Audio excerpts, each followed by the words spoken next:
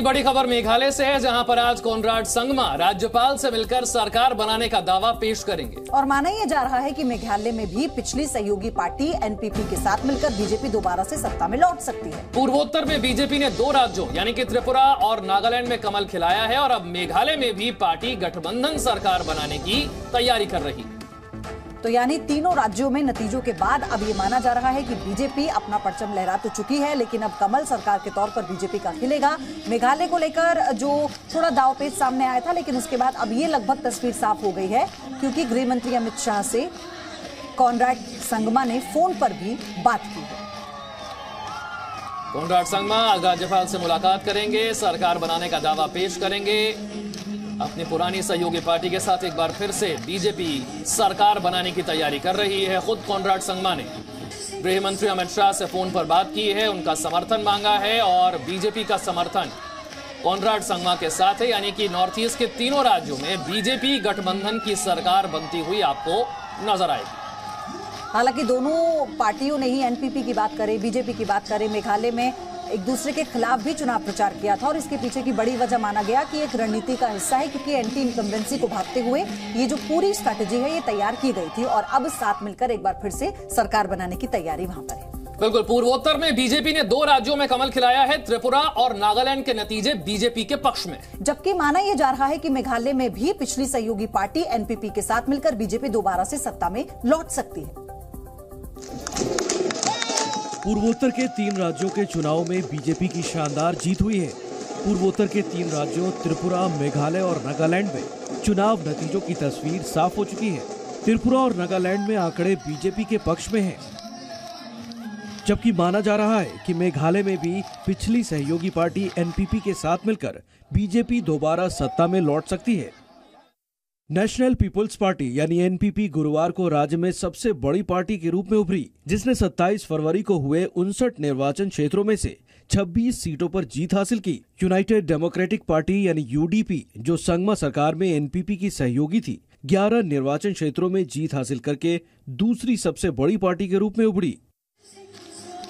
आज राज्यपाल से कोनराड संगमा की मुलाकात होनी है, सरकार बनाने का दावा पेश करेंगे। संगमा ने नई सरकार बनाने के लिए केंद्रीय गृह मंत्री अमित शाह से समर्थन मांगा। असम के मुख्यमंत्री हिमंत बिस्वा शर्मा ने ट्वीट कर इसकी जानकारी दी।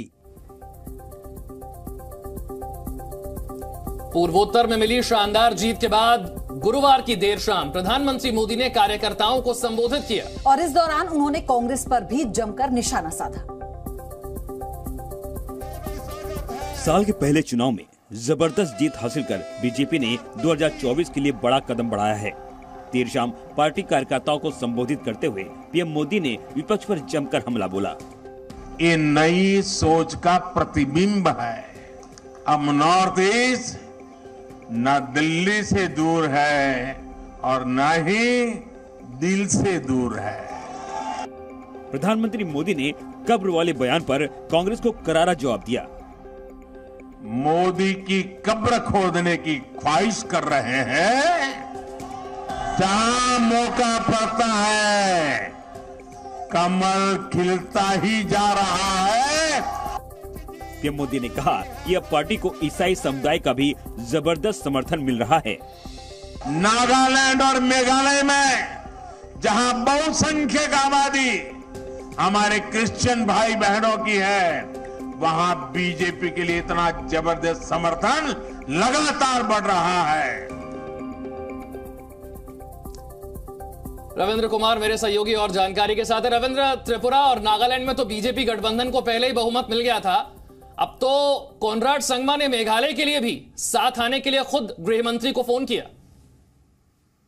बिल्कुल, कल देखिए कि जब सबसे बड़ी पार्टी के रूप में उभरी कोनराड संगमा की पार्टी, तो उन्होंने गृह मंत्री अमित शाह से बात की, उनसे समर्थन मांगा और गृह मंत्री अमित शाह ने पार्टी अध्यक्ष जेपी नड्डा से बात की, पार्टी के आला नेतृत्व से बात की और उसके बाद आपने देखा कि जेपी नड्डा ने प्रदेश नेतृत्व को मैसेज भेजा, संदेश भेजा कि बिना शर्त समर्थन दिया जाए। तो कहीं ना कहीं मेघालय बीजेपी की सरकार बन रही है। कल स्टेट है वहां पर भी बीजेपी के गठबंधन की सरकार बन रही है, यानी गोवा के बाद 2 ऐसे अन्य राज्य जहां पर क्रिश्चियन बहुमत में है। तो कहीं ना कहीं बीजेपी के ऊपर जो आरोप लग रहे थे पहले खुद प्रधानमंत्री नरेंद्र मोदी ने कहा कि बनियों की पार्टी, शहरी party, cow belt party, Hindu party, अब ये सारा मिथ टूट गया है पिछले 9 साल में और ये एक बड़ी उपलब्धि है। रविंद्र, आप तक फिर आएंगे, आपकी आवाज साफ नहीं पहुंच पा रही है, लेकिन आप देखिए इन 3 राज्यों के नतीजों के बाद से एक बात तो साफ हो गई है कि जहां पूर्वोत्तर में मिली इस जीत के बाद बीजेपी को ज्यादा कॉन्फिडेंस मिला है, तो वहीं विपक्ष को भी और मेहनत करने की जरूरत है। ये संकेत इस चुनाव के नतीजों से मिल गए हैं और खुद प्रधानमंत्री मोदी ने भी चेतावनी के तौर पर इसे बता दिया है कि आने वाले समय में यानी 2024 के चुनाव में बीजेपी किस तरह से आगे बढ़ रही है।